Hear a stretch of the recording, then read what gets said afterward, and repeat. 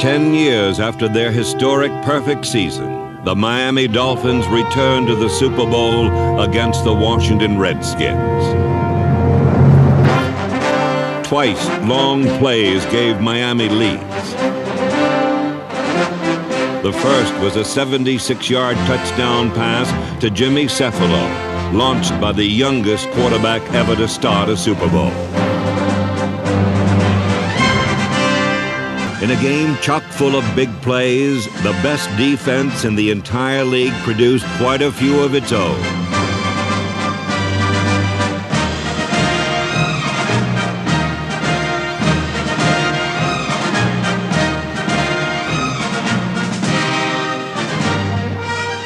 It was a play the defense did not make that was crucial to this game.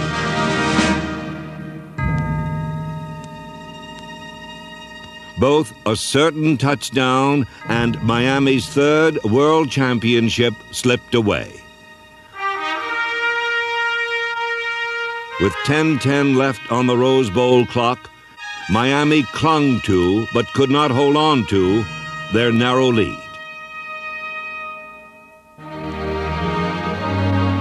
The Redskins deservedly were winners of Super Bowl 17. But the final score did not diminish the season-long accomplishments it took for the Dolphins to reach pro football's biggest game.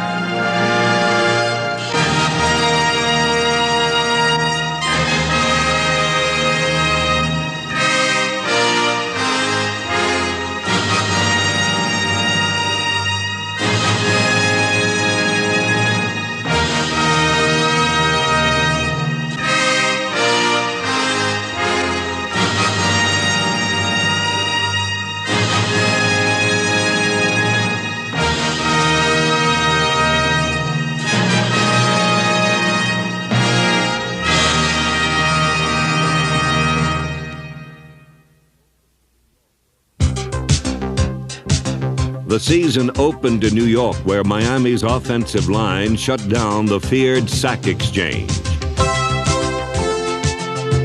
Tackles John Giesler and Eric Loxo were awarded game balls for holding Mark Gastineau and teammates to 0 sacks. Another prime element was the flawless faking of David Woodley, who suckered Klecko and company off their feet.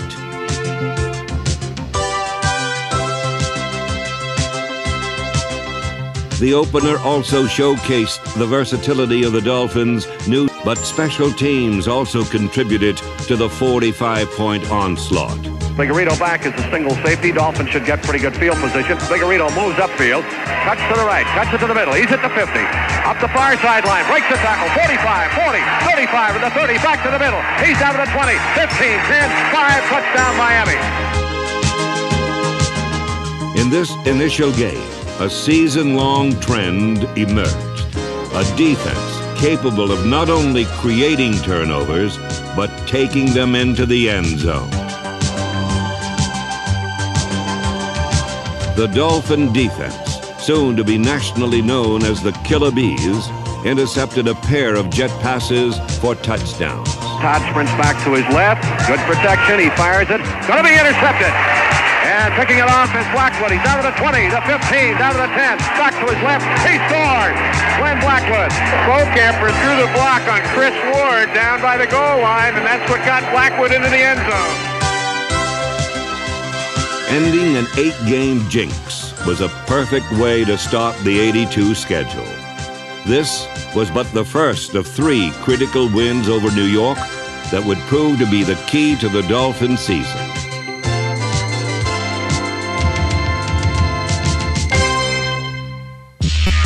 The next week, with a player strike imminent, Miami barely squeezed by Baltimore in the Orange Bowl.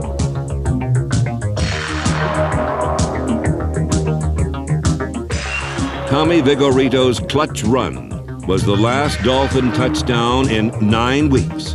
8 were due to the strike. The 9th came because the team could manage only 3 field goals when the season resumed in Buffalo. But 9 points was enough as Dolphin defenders picked off 6 passes.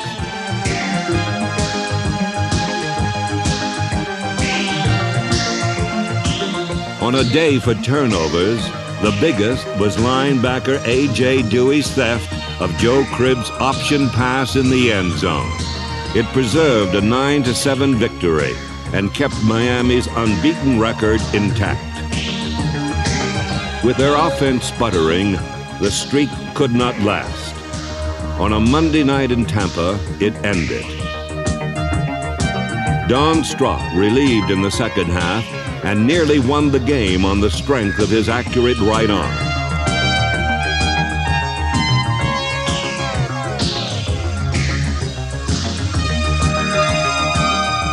But the Dolphins dropped their first game of the season 23-17 to their previously winless neighbors from upstate.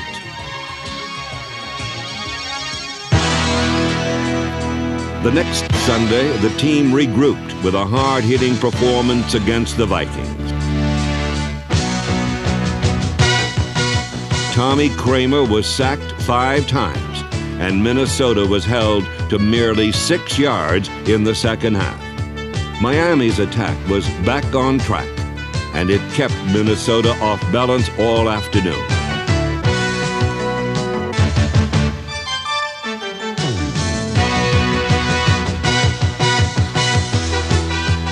Fullback Andre Franklin bulled his way to the best day of his 2-year pro career as the Dolphins bounced back with an impressive victory over the Vikings.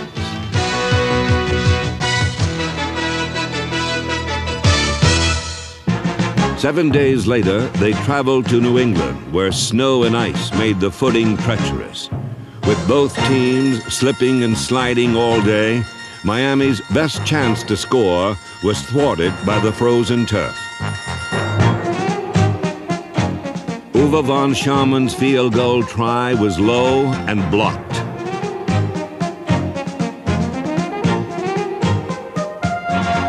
With time running down and a scoreless tie, placement produced the only points of the game. Dolphins president Joe Robbie definitely was not pleased. It's the first time since I've been in professional football we've ever taken such serious exception to something which happened on the field. This defeat could cost us the home field advantage in the playoffs, in every game of the playoffs. And that kind of thing should not occur as a result of somebody putting a snowplow run by a convict with a day off from prison out onto the field to give special advantage to the home team. Under a powder blue sky, Schuler's squad faced the Jets in a must-win situation. Weak side out, fullback stand. 67 out, weak side out, fullback stand. Jets show blitz. Here's a handoff. Franklin through a hole in the middle. 20, 15, takes a tackle. 10, 5, touchdown. 68,000 fans witnessed one of the great games of the season on the emerald floor of the Orange Bowl. The lead seesawed between the sky-high Dolphins and the Jets, who since losing to Miami on opening day were on a 5-game tear.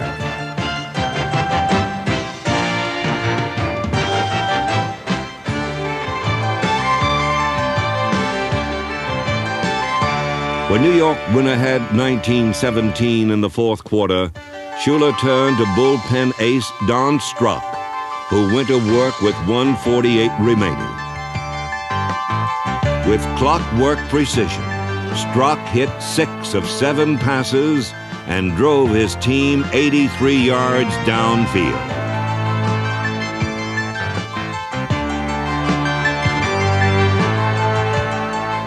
Now the unforgettable final seconds were left to Uwe von Schauman.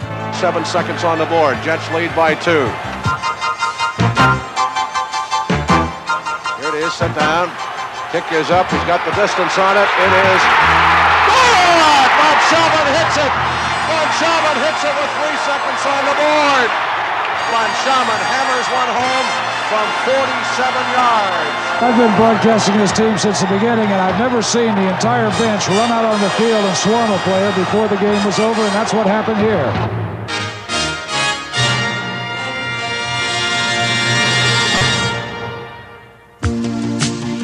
With a home field advantage in the playoffs riding on every play, Miami would not be deterred.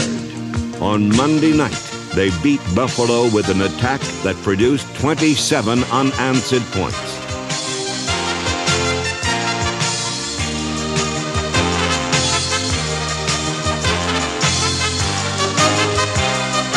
Don Shula's 200th regular season win wrapped up a playoff berth, but there was still one more hurdle ahead. Woodley back to throw. He has all day. He's firing deep to the corner. Cefalo wide open. Touchdown. Brilliantly executed. In Baltimore, Woodley's 3 touchdown passes paced a third straight Dolphin victory and clinched the home field advantage.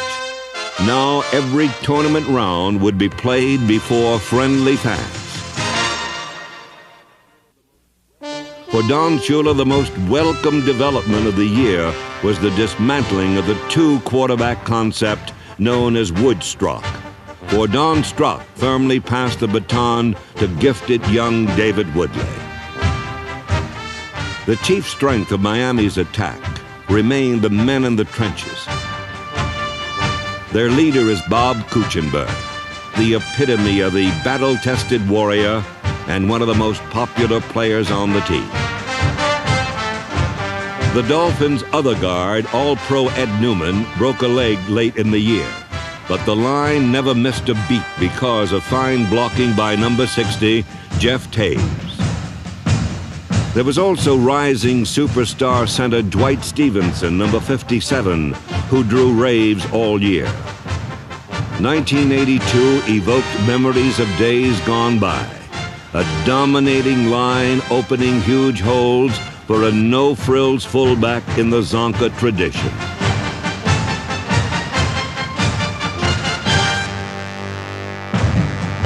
In a world championship formula, the constant factor was a great defense known as a killer bee. Dolphins are #1. We got defense. Baumhauer, Betters, Bo Camper, Brzezinski, and 2 of the baddest brothers since the James boys, the Blackwoods. These were the killer bees. Along with Gordon, Roan, Small, and McNeil, they were a honeycomb of hitters, swarming over opponents and yielding fewer yards and fewer touchdowns than any team in the league.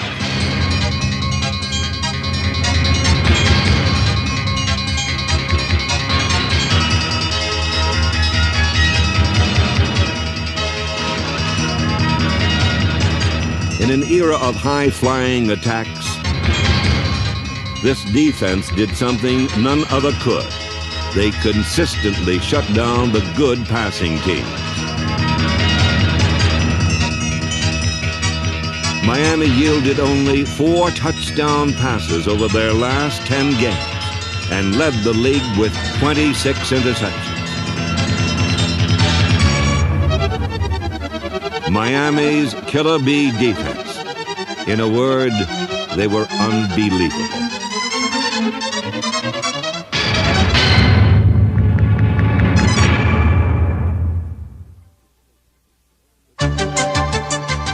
With the playoffs approaching, Miami's home field advantage was of paramount importance. For amidst the bedlam of the Orange Bowl, visiting teams definitely did not feel welcome. Due to the intimidating din of Dolphins, opposing players felt like they were facing a 12th man on the field. So amidst familiar surroundings, a relaxed David Woodley and friends took the field for the first round of the playoff tournament. But the carefree atmosphere was misleading. The Dolphins hadn't won a postseason game in 9 years. Bob Kuechenberg was a survivor from that year, and he was determined to atone for the long lapse.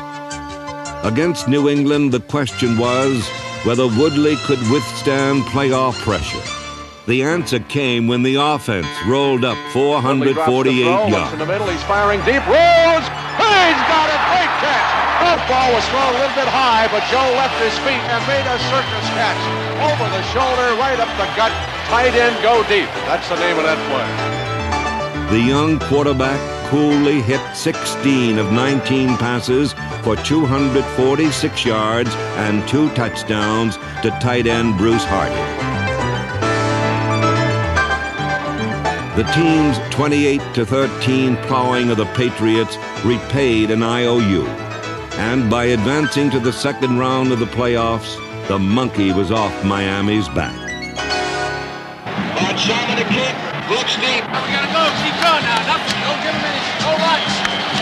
In a game that was a rematch of last year's double overtime classic with the Chargers, the special teams set the tone and opened the floodgates. Brooks to his right, starts up the sidelines, into the middle, 10, 15, 20. Football! Dolphins have got the ball again, I believe. They've got it. Twice, Miami recovered fumble kickoffs and gave the gifts to an offense that cashed them in. For the third straight week, David Woodley was brilliant, passing for a near-perfect 17 of 22 aerial masterpiece.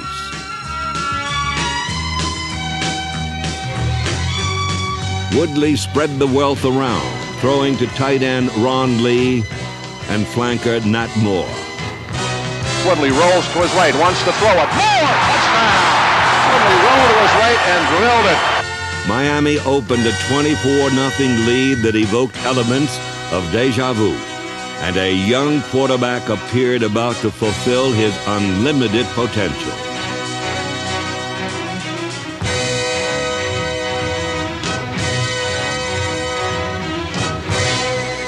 But the big story was the defense. It shredded the Chargers' game plan and destroyed the NFL's most potent attack.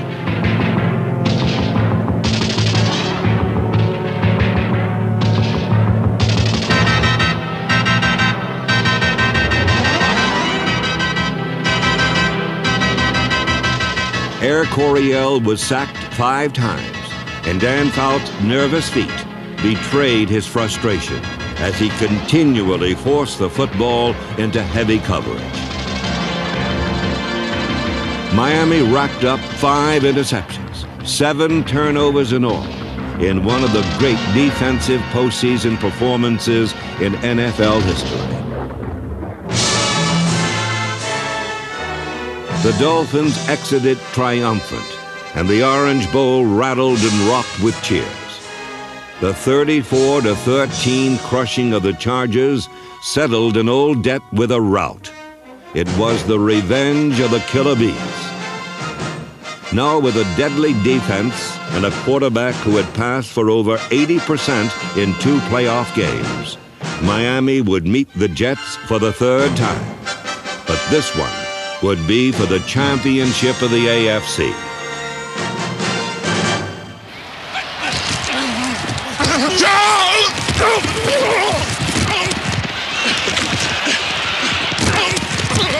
For 2 rain-soaked quarters, the team slogged and slugged to a scoreless tie.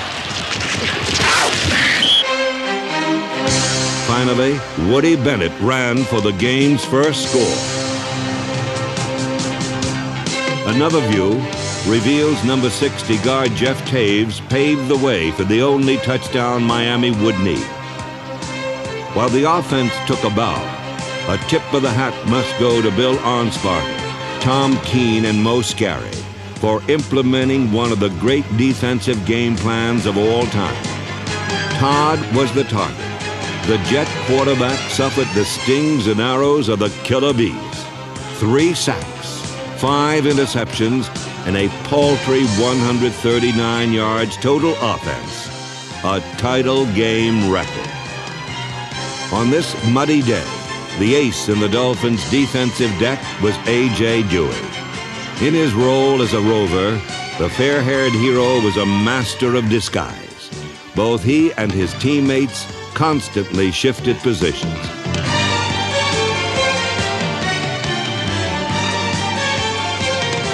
Todd never knew where they would be, and number 77 had the game of a lifetime.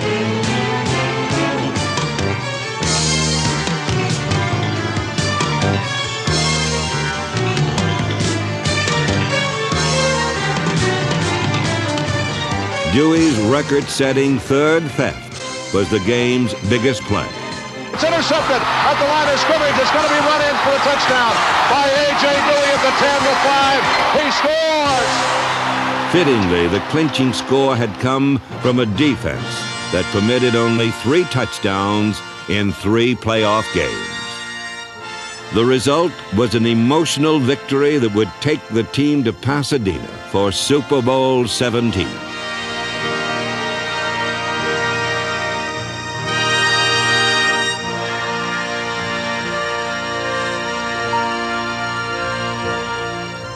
Miami's shutout of the Jets was the first in a championship game since the Dolphins themselves blanked Baltimore in 1971.